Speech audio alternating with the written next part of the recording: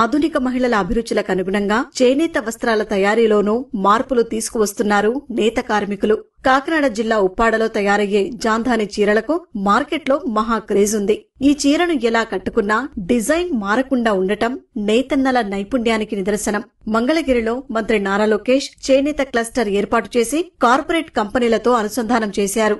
అదే సమయంలో ఉమ్మడి తూర్పుగోదావరి జిల్లాలో తయారయ్యే చేనేత ఉత్పత్తులను ఆ శాఖ ఉన్నతాధికారులు ఆయా కంపెనీలకు వివరించారు. టాటా తనేరా బృందం ఉప్పాడకు వచ్చి తమకు కావాల్సిన డిజైన్లను ఇచ్చి చీరలు తయారు చేయించుకుని తమ బ్రాండ్తో షోరూంలలో అమ్మకాలు చేస్తున్నారు.